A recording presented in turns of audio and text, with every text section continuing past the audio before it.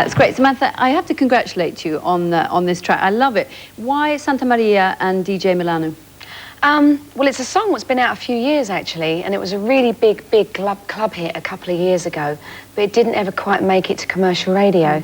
And DJ Milano, he felt that he should be redone and redone and repackaged with me. He's a big fan of mine, so he approached my management, asked if I'd like to sing it, and they sent me a copy, obviously, at first, and as soon as I heard it, I loved it. It's something different to whatever I've done before. Presumably when you're picking new songs for your album, which I love the title equally, 21st Century Fox, I mean, that's one waiting to be made, really, wasn't it? Did you have any problems, by the way, using that? No, I didn't. I think if I would have used 20th Century Fox, fine, but it's funny how that came about, because when I was touring with my band over the last couple of years, when we used to go to these unusual countries like Siberia and Colombia, and we used to have to do a press conference when we first got there, and I would make the band come with me, because I'm a kind of an artist who likes to, you know... have the team around. Definitely, rather than me up front and the band stuck at the back. And somebody in the audience said to me, "What's your band called?" And I just went, 21st Century Fox. So that was it, it stuck, and I just felt it'd be a good name for the album. When you're choosing material for this one, do you try and change directions from what you've done previously, or do you try and, obviously because your fans are expecting a similar, at least a run-through from the last album? There are some songs on the new album that could be very, very similar to some of the past stuff I've done, i.e. keeping the fans happy.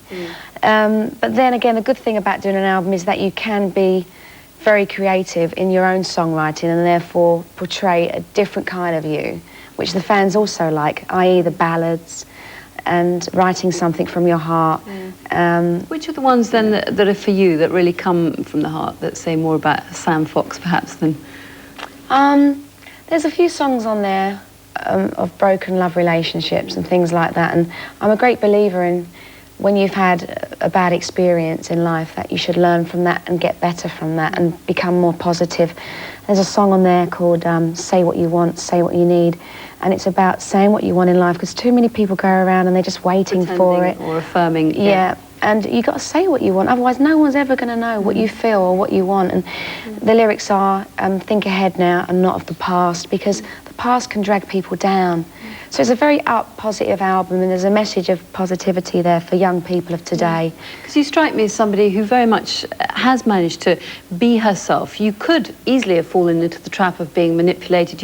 Your career started when you were very young in an incredibly visible way. You could have been exploited. You could have been worse for wear after a few years. And yet you've obviously got a tremendous spirit and strength. I was very lucky because when I was 16 and I had a contract with the Sun newspaper, and it's for 4 years. So I was very lucky, the fact that I knew for 4 years I was under contract and I wasn't going to be plastered everywhere, because I was only contracted to the one newspaper. So there was various other newspapers at the time doing the same sort of stuff, but I couldn't do that. So it kept me kind of very, what's the word, in demand for a start, because people couldn't book me. So therefore... It was an exclusive, as it were. Yeah, well, therefore it stopped that whole exploitation. That whole thing. But 16, I mean, a lot of people would feel, obviously, it was topless modelling, you had a fantastic body, everybody loved you, you were feted all around Europe. I still have. You still have, well, I mean, it's just that you're not showing quite so much of it at the moment. Just my arms. Just your arms. But then, presumably, it was very quickly occurred to you that you needed to use that as a platform to go on to do the things that you want to do for yourself, namely singing. I think, if anything, it's been harder, really. What, having that as a backdrop? Oh, most definitely. Really? In this country, yes. Not the rest of the world, because the rest of the world only knew me as a pop star, you see. My first single was Touch Me in '86, and that went #1 in 17 countries. And it wasn't until that I was a big hit in those countries, then they wanted to know where I came from, what I did in the past. But if anything, I think when a woman is remotely attractive in this business, you have to work double harder to prove that you have talent. How important is image, though, in selling records? Because obviously, I mean, some of your records are raunchy, your image is still raunchy, you do, you know, great videos. They're tongue-in-cheek, I would say. Yeah, more fun than... Yeah, I definitely don't use sex as a weapon. I use it it's something everybody has, and you should have a sense of humour about it. and the lyrics, there's a lot of innuendos in there, but they're kind of cheekily funny. It's not rammed in your face. So that's the way I try to portray myself. It's not serious what I do, you know, it's kind of all in the best possible taste. Do you feel, though, that in terms of success, and we all know that there is a price to pay for that fame, in your case, it was more a family-related matter because, you know, you started very young and your father was your manager, and a lot of people know that there has been a big family rift. Do you feel that that has been the highest price you've had to pay?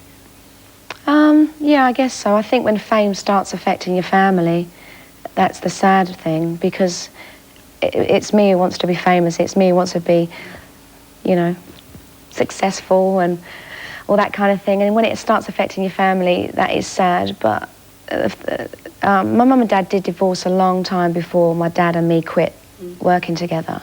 So that had happened anyway. And you're still very close to your mum. You don't speak to your father, but you're very close to her. Very, very close to my mum, yeah. She's been my mentor throughout my life, and she's my best friend. And without her, I don't think I'd be sitting here now. Obviously, there's time for forgiveness. Do you think that the right time will come along when you can patch things up with your father?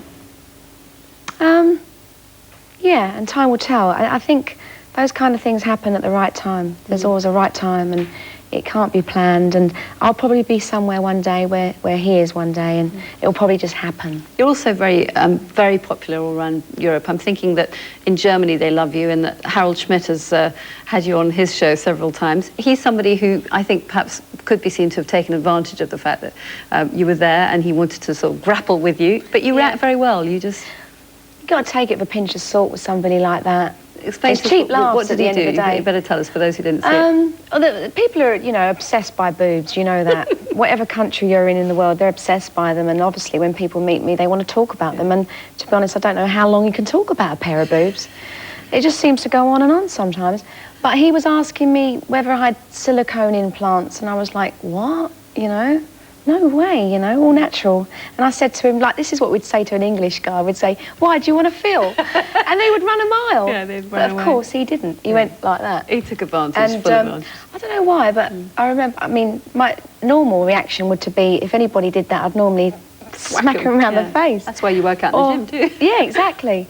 But I remember laughing my head off because I just thought, this is just so ridiculous, it's unbelievable. And I just remember laughing so much. I wondered whether there's ever sort of time in your life for a real boyfriend, for somebody who you could be close to? Or is it just there are too many fans out there, too much work? At the moment, it's really, really busy, and I made a conscious decision not to get involved or emotionally involved with anybody at the moment. I kind of got these blinkers on, but then again, I'm a true romantic, and I believe that you never find anybody by looking for them, and it just happens. I'm interested to know, because you gave up modelling quite some time ago, but and then there was a lot of stories in the press about how you become a born-again Christian, which was wrong, because you'd always had very strong faith, and you corrected that one. Then you did a series of photographs for Playboy, and everyone went, oh, she's come out again, she's taking her clothes off again. But in fact, there was a very good reason for you doing that, wasn't there? No, I mean, I guess some people are going to say why, but at the end of the day, it was always an ambition to do Playboy, and I did it on my 30th, when I just turned 30, and that was my last and final time that I'm ever going to do this kind of thing. And I'm not going to do it at 50, and I'm not going to do it at 40. 30 is fine, you know, but it got to the stage that I was very, very famous in America, and I could call the shots, whereas when they offered it to me before, when I was 24 years of age, I just broke America you know, with my music, and I certainly didn't want to confuse the public, because it's been tough for me in England trying to shake off the pastry thing, even though it was 10, 12 years ago. So I waited for a time when I could have complete control and copyright over the photographs, the concept of them. That way you know where it's going, you know in which way it's being used. So you've got a good head for business as well as for show business. Well, you learn that. As years go on, when I remember about 10 years ago, I went down this market and I saw Samantha Fox wallpaper, and I learnt from that day, and there was chocolate lollies of me and everything, and pillowcases, sleep with Samantha Fox, and all this kind of rubbish that people were buying, spending fortune on, and I weren't getting rich out of it, and the fans were being conned because it was just cheap product. Sam, thanks very much. Good luck with Santa Maria, and of course with 21st Century Fox, and come talk to us again soon. Thanks, Katrina. Nice to meet you. My thanks to Sam Fox there, but that's sadly all for today, but please join me again very soon on VIP. Bye-bye.